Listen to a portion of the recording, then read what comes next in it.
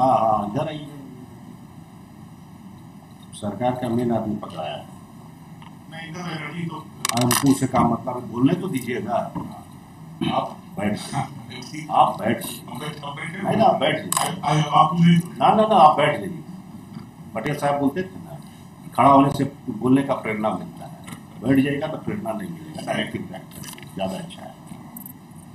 हम यहाँ ये भी न्याय करने के लिए कुर्सी पर बैठे हुए हैं, हम भी न्याय करने के लिए कुर्सी पर बैठे हुए हैं। देयर आर समटाइम्स कंफ्यूजन, उसी को रिजॉल्व करना है।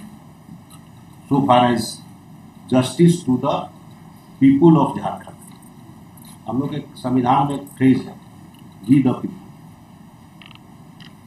है ना, और बड़ा बढ़िया उसमें एक तो कंसेप्ट है, for the people, by the people, of the people. Rule of law हो सकता है, रूल बाय लॉ नहीं हो सकता है, रूल फॉर लॉ नहीं हो सकता है। ये दोनों फ्रेज प्रोहिबिटेड है so far as rule of law is concern, constitutional machinery is concern, civilize society is concern, welfare state is concern. ये दो चीज फ्रेज तो नहीं चलेगा। लेकिन जहां पर वी द पीपुल आ जाएगा, वहां by the we the people, for और ऑफ सब चलेगा। यही संविधान है। अब लैंड का जब यूटिलाइजेशन की बात आती है, कोई भी गवर्नमेंट अगर लैंड यूटिलाइजेशन करने के लिए जा रहा है तो उसके लिए एक फील्ड राइटली और रॉन्गली बड़ा पहले बना दिया गया है, that is known as a land acquisition. ठीक। अब प्रॉब्लम क्या आ रहा है कि आप क्लेम कर दे रहे हैं कि हमारा जमीन है, इसने कहा एक्वायर करेंगे और डायरेक्ट यूज कर जा रहा है, तो फिर एरिया बनता है सिविल डिस्प्यूट का। They have to no other option but to file a civil suit. अगर सिविल सूट फाइल हो जाएगा तो ऑर्डर 3912 को हम नहीं रोक पाएंगे, that power is there. Order 3912 में आपका सब प्रोजेक्ट हम रोक देंगे, एक भी प्रोजेक्ट आपको नहीं करना। ऑर्डर 3912 इज देयर, और नहीं तो बना हुआ प्रोजेक्ट को तोड़वा देंगे। ठीक है ना। इस एरिया में जाने से तो पब्लिक का भला नहीं होगा। तो only one area is available. Whenever you go for any project you have to go through the process of land acquisition. Land acquisition का एक कंसेप्ट है, whenever government is going to utilise any land. Land acquisition में देखिएगा कि 4-5 parameter for determination of compensation. रोज आप aware होंगे, title is one of the criteria, position भी क्राइटेरिया, राइट भी क्राइटेरिया, इंटरेस्ट भी क्राइटेरिया, है ना। अगर मान भी लेते हैं फॉर द टाइम कि you are the title holder, बाकी का क्या होगा, हु विल डिटरमाइन। प्रोसेस में ही नहीं आप जाए तो डिटर्मिनेशन का कहाँ क्वेश्चन उठेगा। हमारा भैया तो रो रहा है कि भाई वहां 20 साल से मकान बना के रह रहे थे, 40 साल से मकान बना के रह रहे थे, as per law he is entitled for compensation, है ना। अगर कहते हैं कि उसका इलीगल पोजीशन था, मार भी लेते हैं, तो लॉ ऑफ लिमिटेशन कहाँ गया। सुप्रीम कोर्ट अब बोल दिया है ना कि खाली ढाल नहीं अब तलवार भी है। On that basis suit can be filed for declaration title. अब जो भी है, पहले लॉ था कि खाली सील्ड होगा, सील्ड था तो बहुत था, लेकिन अब तो तलवार भी हो गया है ना। तो किसी रैयत को इस एरिया से, तो हम कहेंगे दूध की मक्खी की तरह निकाल के फेंक देना, वेलफेयर स्टेट का कंसेप्ट हो सकता है। Can it survive in the rule of law. और हम लोग एक्टिवेटेड नहीं, एक्टिवेटेड हो जाएंगे तो आपका हर प्रोजेक्ट रोक देंगे, एक भी प्रोजेक्ट नहीं होने देंगे।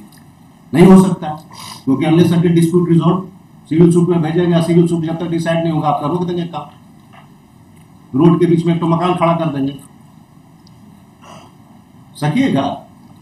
Why to go in a area जो जहां लॉलेसनेस प्रमोट होगा।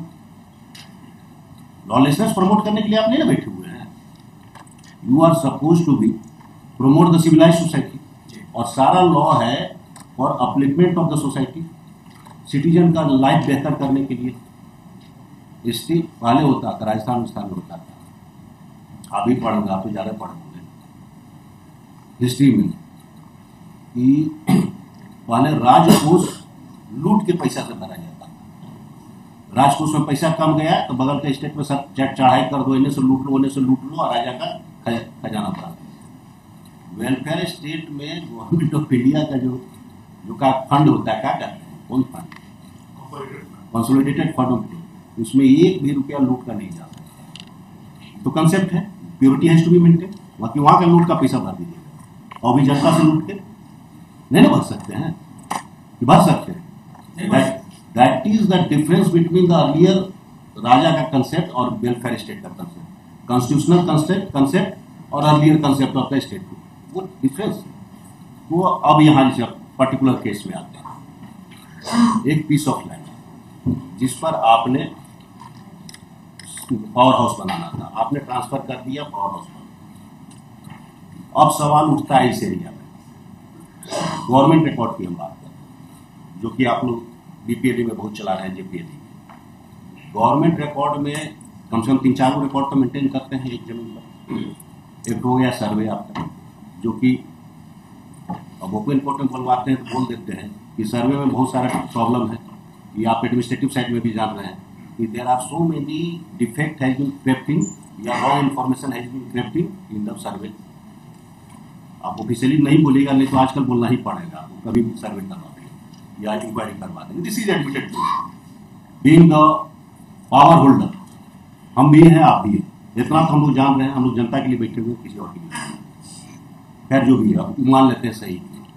उसके अलावा है म्यूटेशन रजिस्टर का ज्ञान, और आपका रजिस्ट्री ऑफिस में बैठा हुआ रजिस्ट्रार है। सबको मिलान कीजिए, तभी ना कुछ फाइंडिंग कीजिएगा, तभी ना कोई प्रोसेस। अब एक आदमी का 50 साल से म्यूटेशन है, उसको जेपीएलडी में भगा दीजिएगा, नहीं ना भगा दीजिएगा। It is a serious question of title, it has to be resolve by the civil court. तो अब यहाँ आपका है कि जमीन का टुकड़ा को आपने रैयती क्या कहते हैं, सर्वे के बेसिस पर आपने ट्रांसफर कर दिया, बना दिया। What about the other rights? वहां पोजेसरी राइट था, खेती कर रहा था, ईजमेंट राइट था। ये लैंड एक्विजिशन में सब मोनेटाइज होना है, मालूम है कि नहीं? कि सेक्शन दिखा मालूम है ना? I know you know everything. It's only question of implementation. तब अब बताइए, ये आदमी आ रहा है कि हमको, और दूसरा चीज, एनी डिस्प्यूट, अगर टाइटल का भी डिस्प्यूट हो गया, आप कह रहे हैं कि इसके हिसाब से, गवर्नमेंट रिकॉर्ड के हिसाब से एक वो रिकॉर्ड आप देख रहे हैं, बाकी रिकॉर्ड नहीं देख रहे हैं, जो कि गलत है। You have to synchronize all the record कि भाई सर्वे के हिसाब से आपका ही जमीन है, ये कह रहे हैं कि म्यूटेशन और इस सब के हिसाब से मेरा जमीन है। How to resolve this? बताइए, हम आप ही से क्वेश्चन पूछते हैं, how to resolve this? Sir आपने जितनी बातें कही सर, उसको मानने के लिए बातें भी है, क्योंकि वो संवैधानिक के प्रति बात से। जब किसी जमीन के, सर आपने कहा कि टाइटल डिस्प्यूट के रूप में उसको देखें, या रेस्ट ऑफ द जो डॉक्यूमेंट्स है, जो 4-5 अफर्मेटिव होने की जो मापदंड है, डेफिनेटली सर, जब मेन टाइटल नहीं तो रेस्ट को काफी वजन दिया जाता है, सो दैट कि वो टिल्ट के अंदर।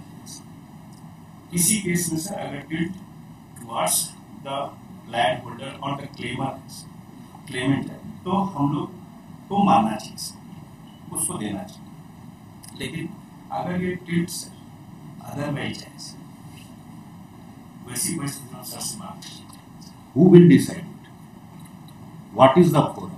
यही मेन क्वेश्चन है, क्योंकि हमारे यहाँ है due process of law, article 21 में लिखा हुआ है, 300A में लिखा हुआ है authority of law, taxation law में लिखा हुआ है ऑथोरिटी ऑफ लॉ, सब जगह लॉ है। लॉ का एकमात्र पर्पस होता है, एकमात्र अगर उसका फीचर है, वो है process. Process always means somebody is controller of the process. Division of power, executive, legislature or judiciary. Any dispute has to be resolved by the judicial mind. Maybe executive, आप SDO को भी power दे सकते हैं, कहीं भी power, लेकिन he has to be adjudicator, court ना भी, adjudicator has to be there. Adjudicator का पहला क्राइटेरिया है रूल ऑफ, क्या कहते हैं, natural justice. Nobody can be जज in your own cause, in neutral adjudicator, otherwise rule of law, क्या कहते हैं, rule of natural justice negate हो जाएगा। A rule of natural justice has to be read in everywhere. ये तो command दिया हुआ है एपेक्स कोर्ट का, सेटल्ड लॉ है, हम चेंज नहीं कर सकते। आपकी बात से हम भी सहमत, but who is the adjudicated, where is the process जहां ये चीज रिजॉल्व, ये बात सर इस case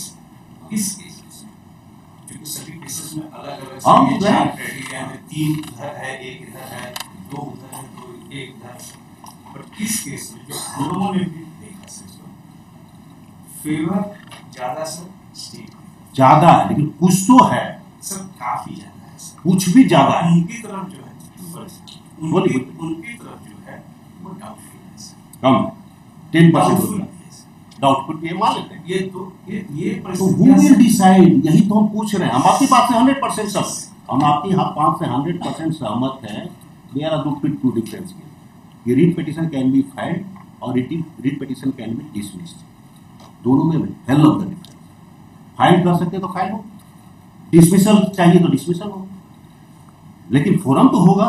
who will decide, way citizen कहां जाके रोए, एक रोने का जगह तो उसको दीजिएगा, वेयर इज दैट प्लेस, यही रूल ऑफ लॉ, शायद रूल ऑफ लॉ में यही। सर आपके पास इसी हुआ है, हाँ तो यही तो कहें, इस केस में टिल्ट काफी हद तक हमारे sir, who will decide, sir जो हमारा क्लेम है सर, अब हम आपकी क्लेम मान लें, या तो सर डिसाइड कर दें या जो हम डिसाइड करेंगे, रिपोर्ट में तो एक नया प्रोसेस हो जाएगा। उसी के लिए बार बार करें कि when there is already a process under the land acquisition officer, एक सिविल कोर्ट ऑलरेडी बना हुआ है, why not to refer all such dispute, utilization power under 64 और वाले 18 था जो भी हो, आप सिविल कोर्ट में आप रेफर कर दीजिए, वहां पर रेफरेंस में जो एक बात और ध्यान रखिएगा, when ever land acquisition proceeding चलता है, इसका कल्मिनेशन बड़ा बढ़िया है, जिसने भी बनाया है लॉ पूर्वज के विजडम पर क्वेश्चन नहीं किया जा सकता कि no dispute remains, no forum remains, सारा खत्म हो जाता है, it vest in the state government free from all encumbrance, कुछ नहीं बचता है। रेफरेंस में एक ही प्रोसीडिंग चलता है, whether it should be monetized and who is recipient of the monetized money, none else. किसका क्या राइट है, किसका टाइटल है, पोजीशन है, कुछ मतलब नहीं ना, ये डिटर्मिनेशन है stepping stone only for the entitlement to receive monetized money और वेदर मोनेटाइजेशन इज रिक्वायर्ड, बस इसी के लिए ये दो प्रोसेस ऑन कर। ये forum, neutral forum has to be there. अगर न्यूट्रल फोरम नहीं रहेगा या कोई हम फोरम क्रिएट नहीं करेंगे तो रूल ऑफ लॉ नहीं होगा। बस मेरा इतना ही कर, हम नहीं कह रहे हैं कि आप गलत हैं, यू मे बी राइट, आप हैं कह रहे हैं कि writ petition should be dismissed in limine, हम डिसमिस करेंगे सुन के, लेकिन हम रीट पिटीशन फाइलें नहीं करने देंगे, नहीं ना। तो वही हम कह रहे हैं कि वेयर इज द फोरम, एक फोरम तो दीजिए जहां पर की चीजों को सेटल किए। अब forum has to be neutral, it is the requirement of our system. जो भी हम लोग डिवीजन ऑफ पावर की बात फिलोसफी कर रहे हैं या फिलोसफी बात करें प्रिंसिपल ऑफ नेचुरल जस्टिस की, नोबडी कैन बी जज इन इट्स ओन कॉज, तरह तरह का फिलोसफी है, लेकिन मोटा मोटी क्योंकि ये अगर एक केस हो रहता है तो हम रिजॉल्व कर सकते हैं extraordinary, but if it is a routine matter then there has to be forum. इससे हुआ ना, बहुत सारे रूटीन मैटर आए, रूटीन मैटर आए तो हम लोग ने जेट क्रिएट करवाया, झारखंड एजुकेशन के लिए।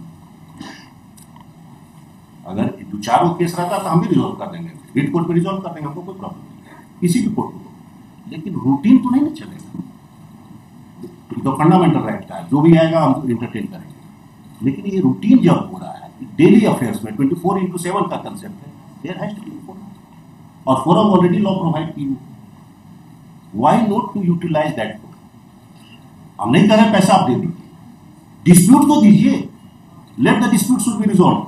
अगर आप जीत गए तो नहीं है, अगर आप हार गए तो दीजिएगा पैसा, सूट चलेगा, फर्स्ट अपील होगा, सेकंड अपील होगा, जो वहां तो एलोबरेट प्रोसेस है ना, फर्स्ट अपील होता है ना, सेकंड अपील भी होता है, तो क्यों नहीं एक प्रोसेस तो दीजिए।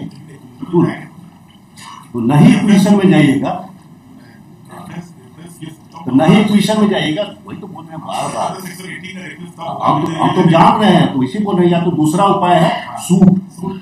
हाँ, तो जहां सूट में जाएंगे तो आपका पावर हाउस बंद कर देते हैं ऑर्डर 3912 में।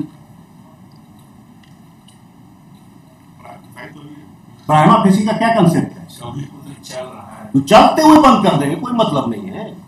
फिर बताते हैं ऑर्डर 3912 का भी कंसेप्ट जान लीजिए। इस पर जस्टिस इकबाल की किताब भी लिखना पड़ा था, छोटा छोटा। प्राइमा फेसी केस मतलब तराजू नहीं है कि कौन भारी हो रहा है। Once case has been accepted, prima facie case में कंसेप्ट ये। अब चल रहा बैलेंस ऑफ कन्वीनियंस और इरेपेबल लॉस ऑफ डिग्निटी, तो मोनेटाइजेशन के कंसेप्ट में जाते हैं। एक लाइन लिखते हैं, अगर रेसिडेंशियल हाउस है, तीनों क्राइटेरिया पूरा हो गया, ऐसे ही स्टे कर देते हैं, है ना। फिर कॉमर्शियल फील्ड है, छोड़ देते हैं। अगर मान लीजिए किसी का उस पर आर्टिकल 21 है, उसे ब्रेड एंड बटर मिल रहा है, क्राइटेरिया फुलफिल्ड, स्टे मिल जाएगा। और अगर स्टेट का मेलाफाइड दिखेगा तो एक चौथा क्राइटेरिया क्रिएट करके उसमें स्टे कर दें, क्योंकि स्टेट का power has to be utilized for the welfare of the citizen, nothing. हम इस केस के मेरिट पर नहीं है कि किस तरफ जाएगा, हम देख रहे हैं कि सिटीजन को हम फोरम कहां, I have to give you forum, ये तो हम नेगेट नहीं करते। एक फोरम तो हमको इसको देना होगा, वही फोरम दे देते हैं सूट का। हाँ, तो हम देंगे सूट का फोरम, लेकिन हेंसफोर्थ हम याद रखेंगे कि सरकार सब जमीन में अपना जमीन, you are declaring any land as a government land, you are a जज under which capacity you are deciding it is a government land, may be record in your favour. आपको ये डिसाइड करने का पावर किसने दिया? और अगर आप डिसाइड कर रहे हैं तो हम लोग अदरवाइज डिसाइड करेंगे, पावर स्टेशन आपका बंद कर देंगे, क्योंकि बिना सिटीजन को फोरम दिए हुए हम नहीं होने देंगे। There has to be a forum,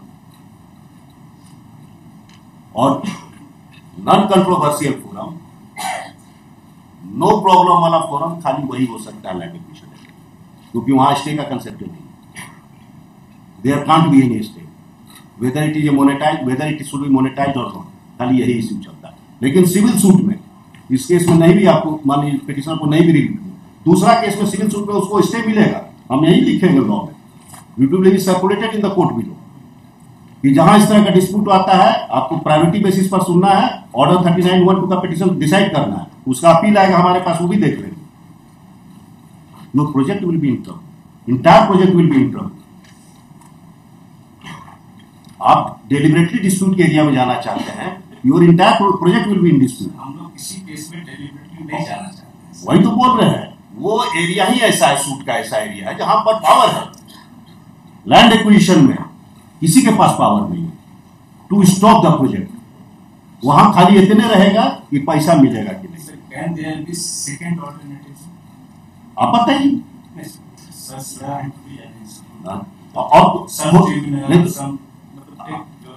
नहीं तो जैसे ट्रिब्यूनल का कंसेप्ट है, जैसे आपका सीसीएल में है, एनएचएआई में है, सीसीएल में खास करके या तो बाई एग्रीमेंट कर लीजिए, सीसीएल में का देखिएगा, और क्या कहते हैं लैंड एक्विजिशन क्या होता है, पोल बिल्डिंग एरिया, उसमें दो क्राइटेरिया है। एनी लैंड के पास जाते हैं तो अगर आप मानते हैं उसका अधिकार तो नेगोशिएट कर लीजिए, नेगोशिएट करके पैसा डिसाइड, मतलब दोनों पार्टी नेगोशिएट के बाई म्यूचुअल एग्रीमेंट काम करता है, पहला क्राइटेरिया। दूसरा क्राइटेरिया है एनी डिस्प्यूट, अगर आप कहते हैं हम नहीं देंगे या कम देंगे या बेसी देंगे, या जो भी है डिस्प्यूट, वहाँ ट्रिब्यूनल बना हुआ है headed by the retired high court जज, वो डिसाइड कर दे। लेकिन प्रोजेक्ट कांट बी स्टॉप। हमारा ये कंसर्न है, हम खाली ये नहीं देख रहे हैं कि सोशल बेनिफिट, सोसाइटी का भी बेनिफिट, स्टेट का भी बेनिफिट, इंडिविजुअल भी बेनिफिट, दोनों अगर सिंक्रोनाइज किया जा सके और बिना कन्फ्लिक्ट का जोन में जाए हुए, बिना किसी को नुकसान पहुंचाए हुए अगर न्याय हो सकता है तो हम उस एरिया को क्यों नहीं लेंगे। मेरा यही प्रश्न है, क्योंकि जो दूसरा एरिया जो बार बार आप लोग बोलते हैं बिना किसी दिमाग लगाए हुए कि अगर सूट के एरिया में भेजेंगे तो always there is a possibility कि आपका प्रोजेक्ट रुक जाएगा। हमने सुना है शायद इधर हम नहीं जा पाए या ध्यान नहीं दिए, वकील से ज़्यादा ध्यान देते थे। कि मान लीजिए आप रजरप्पा जा रहे हैं, आपके रोडों पर मकान खड़ा है ना, जिंदगी भर खड़ा है, छू नहीं पाइएगा, सूट में गया हुआ है, स्टे मिला हुआ है, चलेगा सुप्रीम कोर्ट, चलेगा ना। You are seeing the problem ना। और यही अगर आप खाली लैंड एक्विजिशन के एरिया में चले जाते तो टूट जाता। पैसा मिलेगा कि नहीं मिलेगा ये डिसाइड होता, लेकिन आपका प्रोजेक्ट तो डिस्टर्ब नहीं होता। माइंड बात समझ रहे हैं? आई am not interested in resolving the dispute today itself. आप आए इसलिए आपसे हम डायरेक्टली इंटरेक्ट किए, वकील साहब जबरदस्ती खड़ा है, उनको बैठने के लिए बात कर रहे हैं कि I am interacting with the authority resolving a dispute which is otherwise very pertinent for the state। और ये बहुत मेजर एरिया है प्रॉब्लम, पॉलिटिकल हो, एडमिनिस्ट्रेटिव हो, कॉन्स्टिट्यूशनल हो, है पॉलिटिकल प्रॉब्लम में भी है, पॉलिटिशियन भी प्रॉब्लम है, पॉलिटिकल डिस्प्यूट भी है ना, किसका जमीन गया नहीं गया, क्या है नहीं है, उससे हम लोग को लेना देना नहीं है, उससे हम लोग को मतलब नहीं है। लेकिन देखिए दो है, conflict zone, no conflict zone, सबसे यही अंतर है। एक बुद्धिमान आदमी नो कन्फ्लिक्ट जोन में रहता है, अब बुढ़वा आदमी कन्फ्लिक्ट जोन में रहता है।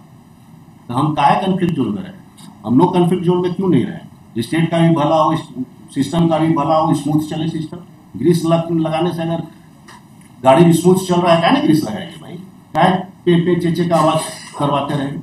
कोई पर्पस नहीं तो सर होता है।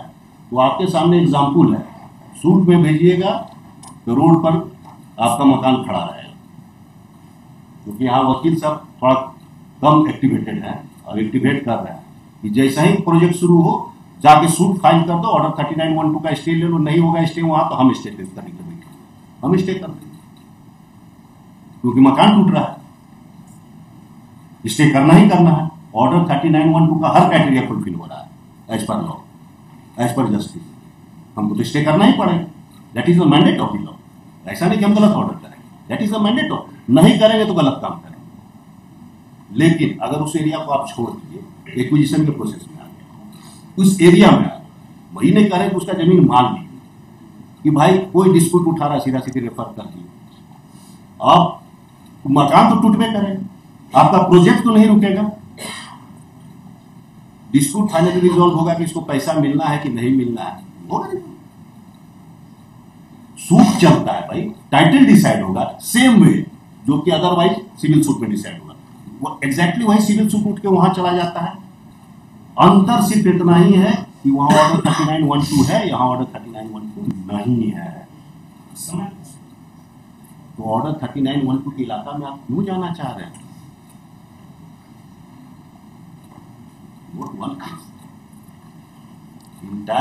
आपका प्रोसेस चेंज और स्मूथ हो जाएगा, जो हमको दिखता है कि इट विल बी स्मूथ। हो न सिटीजन तंग करेगा आपको, न रैली होगी, न लोग क्या कहते हैं कोई रेसिस्टेंस आएगा। अरे भाई पैसा चाहिए, डिस्प्यूट वहां पड़ा हुआ फरिया लो, जितना मिलेगा हम दे देंगे। डिस्प्यूट हर लेवल पर खत्म होगा। और एक लड़ने के लिए अगर मतलब खेलने के लिए अगर बच्चा को जमीन मिल गया तो कांच का शीशा आपका क्या तोड़ने जाएगा भाई? ये तो मोहल्ले में खेलेगा, फिर तो आपका शीशा टूटते रहिएगा, भले बोलो आप रखते रहिए। मोहल्ला में हर तरह का आदमी होता है, तो बोलो लौटा देता है, तो नहीं लौटाता है, कर देता है ये परेशान भी करेगा। तो फोरम में बैठा हुआ है, जो भी सूट में फोरम बैठा हुआ, इसलिए तो बोले कि वो परेशान कहाँ कर सकता है, ऑर्डर 3912 का पावर नहीं है उसके पास। अगर आप वेनम निकाल लिए हैं, दत्वे निकाल लिए हैं, हम तो ओपन कोर्ट में बोल रहे हैं, फिर ऑर्डर 3912 नहीं चलेगा तो फिर आप कैसे परेशान कर देगा? वो वेनम निकाला हुआ है। एक ही चीज है कि कुछ पैसा मिलेगा। अरे पैसा अगर आपकी बात हम मान भी लेते फॉर द टाइम भी कि हमारा प्रिंसिपल डिस्ट्रिक्ट जज गलत जजमेंट देता, फर्स्ट अपीलेट कोर्ट गलत जजमेंट मान लेते हैं फॉर द टाइम भी, गलत इन द सेंस कि आप नहीं एक्सेप्ट कर रहे हैं, उसके हिसाब से आपको कुछ पैसा देना पड़ेगा। What the harm? क्या हार्म है? कोई हार्म नहीं, लेकिन आपका प्रोजेक्ट रुकेगा तो, और आपका हर प्रोजेक्ट रुका, आपके हर प्रोजेक्ट में प्रॉब्लम है। रीजन यही है, रॉन्ग मेथोडोलॉजी, रॉन्ग प्रोसीजर। ऐसा नहीं कि आपको इमीडिएटली पैसा देना है। जब आप एक्सेप्ट नहीं कर रहे हैं, डिस्प्यूट कर रहे हैं, तो whether it has to be monetize और नॉट, वेदर इसका मोनेटाइजेशन होगा कि नहीं होगा, कल तो वो डिसाइड होगा ना। Then who is entitled for monetization, monetized amount, वो सेकंड स्टेज है, वो इशू डिसाइड होगा। आप पहले इशू में जीत जाइए, कोई स्टॉप यू, और ऑर्डर 3912 चलेगा नहीं। और अगर हम सिविल सूट में भेज देंगे, ऑर्डर 3912 बहुत बड़ा आपके पास हेडेक है, और दिखता है रजरप्पा मंदिर जाते वक्त, दिखता है, रोडवा नहीं चौड़ा कर पा रहे हैं, ऑर्डर 3912 में चल रहा है। और यही अगले क्वेश्चन में चल जाएगा तो पूरा उठ के यहाँ चला है, सारा ऑर्डर 3912 का। आपके प्रोजेक्ट का मेन हर्डल है ऑर्डर 3912, और इसको से बचने का आपके पास लॉ और आपका इंटरेस्ट भी प्रोटेक्टेड। ऐसा नहीं कि स्टेट का इंटरेस्ट लूज कर रहा है, बिकॉज न्यूट्रल नहीं डिसाइड करेगा। और अगर उससे कुछ गलतियां हुई तो फर्स्ट, कोई लीगल इश्यूज बहुत बड़ा आ गया तो सेकंड, इवन सुप्रीम कोर्ट। आपके पास सब इस जगह वकील बैठा हुआ बेरोजगार, काम दीजिएगा उनके पास काम, where is the state is the. और सिटीजन को एक फोरम मिल रहा है to ventilate his problem. Pain होगा, उसका पेन गलत है, उसका डिमांड गलत है, मान लेते, बट कहीं तो रोने का जगह मिलना चाहिए। It is the demand of the society, it is the demand of the justice. तो आज हम इसको एडजर्न कर दे रहे हैं, think over it, come out with the solution. ठीक, अब आपको बोलने की कहाँ जरूरत है?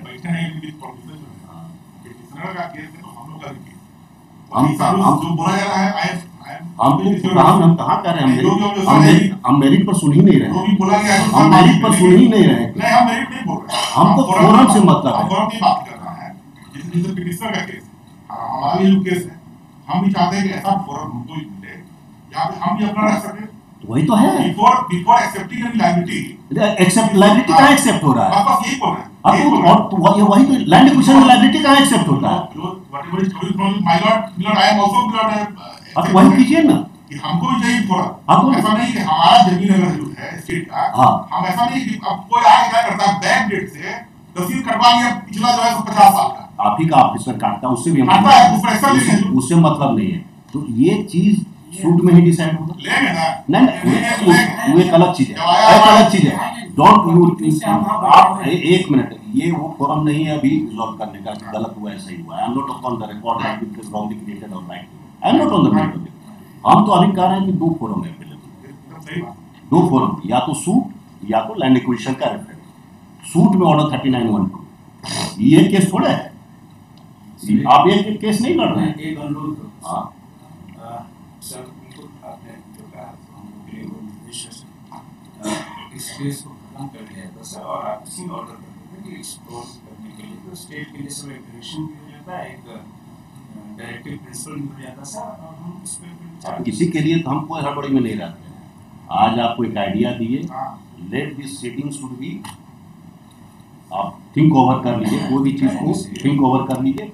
इसको छुट्टी के बाद एक डेट दे देते हैं, जो ऑर्डर करना वो कर देंगे। हम कोई भी काम हड़बड़ी में नहीं करते हैं। अब दूसरा चीज़ है कि जो दशा और दिशा तय होगा, ऐसे सोचिए, नॉट एज ए एग्जीक्यूटिव, ऐसे सोचिए कि कितना बड़ा डिस्प्यूट का एरिया खत्म हो जाएगा, कितना पीस आ जाएगा जुडिशियल प्रोसेस में, हम लोग कितना ओवरबर्डन है कम हो जाएगा। इसलिए नहीं कि हम बचना चाह रहे हैं, काम से नहीं भागना चाह रहे हैं, वही तो कर रहे हैं। तो आप सोच लीजिए, हम हड़बड़ी में नहीं, छुट्टी के बाद एक डेट दे देते हैं, आप सोच लीजिए, इंस्ट्रक्शन दे दीजिए, जैसा ऑर्डर ऑर्डर करना है। If it is a consensual order, और नहीं तो हम जो भी डायरेक्शन इशू करेंगे, you will fight up to that export करिएगा, उसमें भी हमको कोई तकलीफ नहीं है आपका। लेकिन you have a right, you have a right, you have a your own policy. लेकिन हम यही सलाह दे रहे हैं कि सूट से बचिए, और सूट नहीं, ऑर्डर 3912 से बचिए। सूट में तो जाना ही है, चाहे डायरेक्ट सूट चाहे रेफरेंस सूट, लेकिन ऑर्डर 3912 से बचिए। ये सूट में जाए चाहे आप सूट में जाइए, वो एक अलग है। रेफरेंस में जाएगा, किसी को कोर्ट फीस भी साइन नहीं लगता है। नहीं लगता है, सब सिटीजन बचेगा।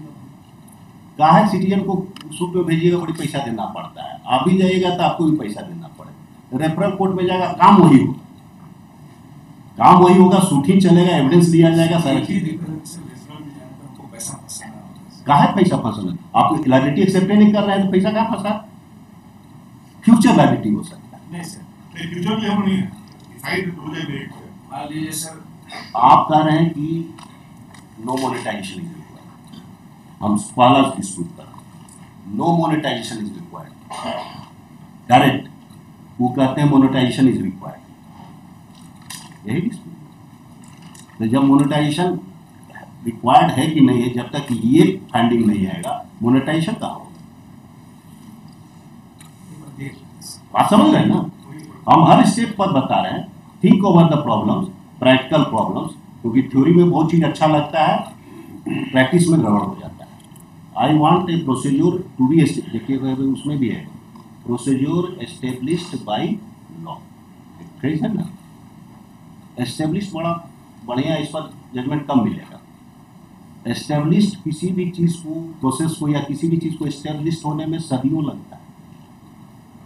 एक फिलोसफी हम लोग लाते हैं या एक आप लॉ लाते हैं, उसको एस्टेब्लिश होने में सोसाइटी में 20 साल 25 साल लग जाता है। सुप्रीम कोर्ट का एक जजमेंट को पेंट्रेट करने में जुडिशियल प्रोसेस में डिकेड्स लग जाते हैं। एस्टेब्लिश बड़ा इंपॉर्टेंट है।